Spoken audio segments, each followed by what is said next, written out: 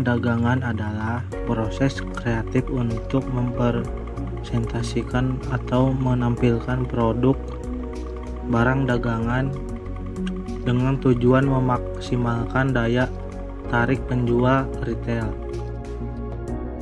Ada faktor-faktor yang mempengaruhi pengelolaan konsumen.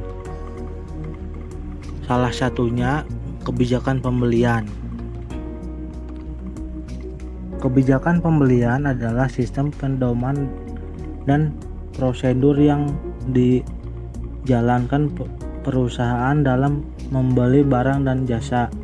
Selanjutnya ada informasi toko pada masa lalu. Contohnya, toko Romeo Juliet merupakan toko suplemen yang menyediakan jam tangan KW. Toko Romeo Juliet telah memiliki banyak pelanggan, baik di dalam kota Batam maupun di luar kota Batam. Terusnya ada analisis kualitatif. Analisis kualitatif adalah proses analisis data yang tidak melibatkan atau berbentuk angka.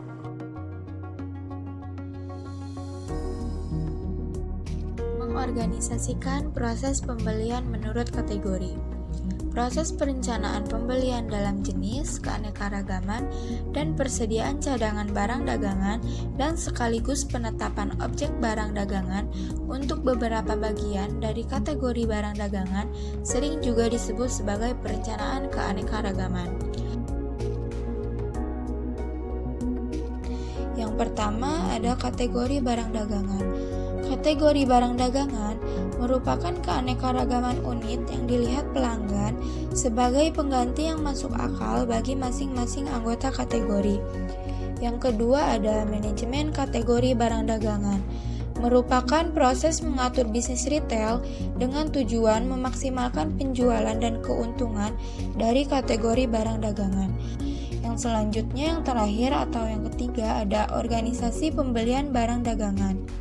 Organisasi pembelian barang dagangan dalam bisnis retail mengemban tugas yang sangat penting, di mana bagian pembelian barang dagangan harus mencocokkan kategori barang dagangan sesuai dengan pola perilaku pembelian konsumen. Perencanaan barang dagangan. Retail tidak akan mengalami kesuksesan keuangan kecuali mereka merencanakan penerapan operasional keuangan dari kegiatan barang dagangan dengan baik. Rencana keuangan dapat berada di puncak organisasi retail dan dipecah ke dalam beberapa kategori. Perencanaan barang dagangan yang pertama itu penetapan margin penjualan dan perputaran modal secara bersama-sama. Pada tingkatan perusahaan ini, pengembalian aset dapat digunakan dalam merencanakan dan mengevaluasi prestasi dan keberhasilan dari seluruh operasi retail. Rumus yang pertama itu pengembalian modal sama dengan batas laba bersih dikali perputaran aset. Yang kedua itu laba bersih dibagi penjualan bersih dikali penjualan bersih dibagi total aset, atau laba bersih dibagi total aktiva. Yang kedua itu perhitungan perputaran modal. Perhitungan perputaran modal ini dapat dihitung melalui rumus sebagai berikut. Yang pertama, pengembalian modal sama dengan penjualan bersih dibagi nilai rata-rata modal retail, atau pengembalian modal sama dengan biaya dari barang yang terjual dibagi nilai rata-rata modal biaya. Yang ketiga itu perhitungan nilai rata-rata modal, atau rumusnya sebagai berikut. Nilai rata-rata modal sama dengan bulan ke-1 ditambah bulan ke-2 ditambah bulan ke-3 ditambah bulan selanjutnya dibagi jumlah bulan. Selanjutnya, keuntungan perputaran modal yang cepat. Yang pertama itu meningkatkan volume penjualan.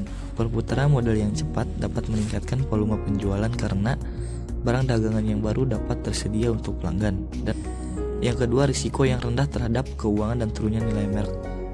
Jika inventaris terjual cepat, maka barang dagangan tidak perlu terlalu lama berada di toko sehingga tidak mengalami keuangan.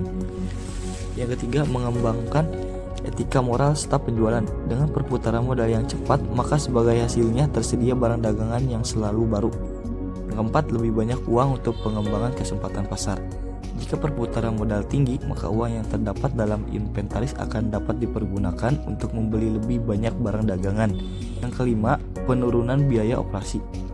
Peningkatan perputaran modal yang kecil didukung oleh penjualan pada level yang sama. Inventory yang rendah berarti biaya pergudangan atau penyimpanan inventory rendah yang juga termasuk biaya operasi. Yang terakhir, peningkatan perputaran aset. Jika inventaris adalah aset yang ada, menurun dan penjualan tetap atau meningkat, maka perputaran aktiva juga meningkat. Hal ini akan secara langsung berakibat pada pengembalian aset.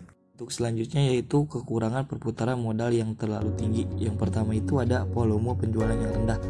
Salah satu cara untuk meningkatkan perputaran adalah dengan membatasi kategori barang dagangan dalam satu kategori. Yang kedua, peningkatan biaya barang yang terjual. Untuk mendapatkan perputaran yang cepat, maka barang dagangan harus sering dibeli dan dalam jumlah yang sedikit sehingga dapat menurunkan nilai rata-rata inventaris tanpa mengurangi nilai penjualan. Di sini ada prediksi penjualan. Yang pertama ada mengembangkan prediksi penjualan berdasarkan data masa lalu. Nah, ini itu untuk melakukan penyesuaian penjualan masa lalu untuk membuat proyeksi terhadap masa depan.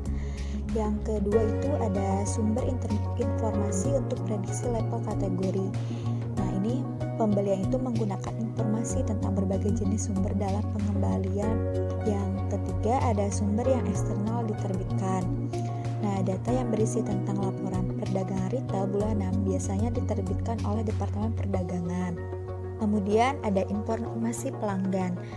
Informasi pelanggan dapat diperoleh dengan mengukur reaksi pelanggan terhadap penjualan barang-barang dagangan. Kemudian ada kelompok pemerhati.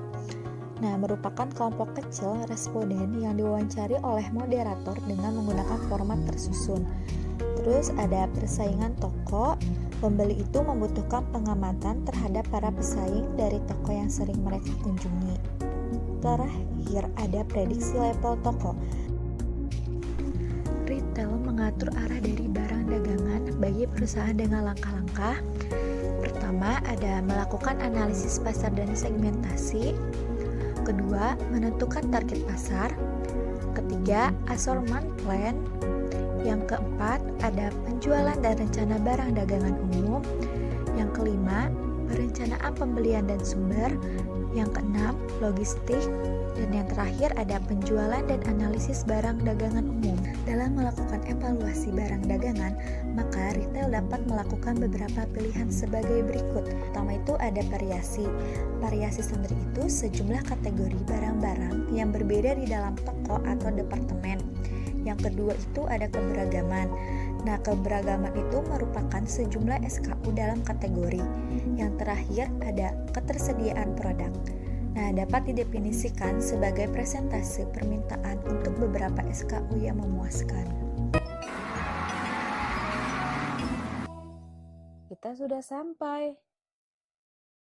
Cepat, Bu. Kita lari ya, Bu.